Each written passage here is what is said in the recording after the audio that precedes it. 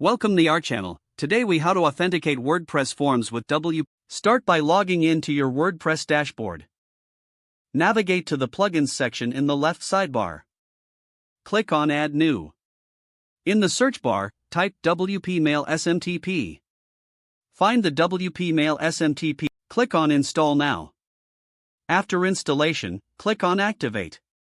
Once activated, find WP Mail SMTP in the left. Click on it to access the plugin settings. You will see a setup wizard to configure the plugin. Enter your email address in the From Email field. Enter a name for the sender in the From Name field. Select a mailer option from the available choices. For example, you can choose the SMTP option. If you select SMTP, fill in the SMTP host, port, and encryption settings. Provide your SMTP username and password. Check the box for return path to ensure your emails are returned if undeliverable. After filling in this information, click Next. In the next step, configure the authentication settings if required. Follow any prompts or instructions specific to your mailer service. Once you've completed the setup, click on Save Settings. Scroll down to find the Email Test section. Enter an email address you would like to test sending to. Click on the Send Test Email button. Check your inbox to confirm the test email was delivered successfully.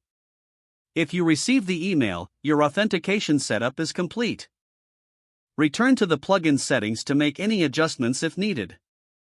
Lastly, make sure to check for any updates to the plugin regularly. This ensures optimal performance and security for your WordPress site. If the page does not load, refresh the browser or try again in a private or incognito window. Make sure you are using the correct email address, then retype it carefully to avoid small typos. If your password is not accepted, use the reset option and create a new strong password you can remember. Check your spam folder for verification or security emails, then complete any requested confirmation steps. Enable two-factor authentication if available to improve account security and reduce unauthorized access risk.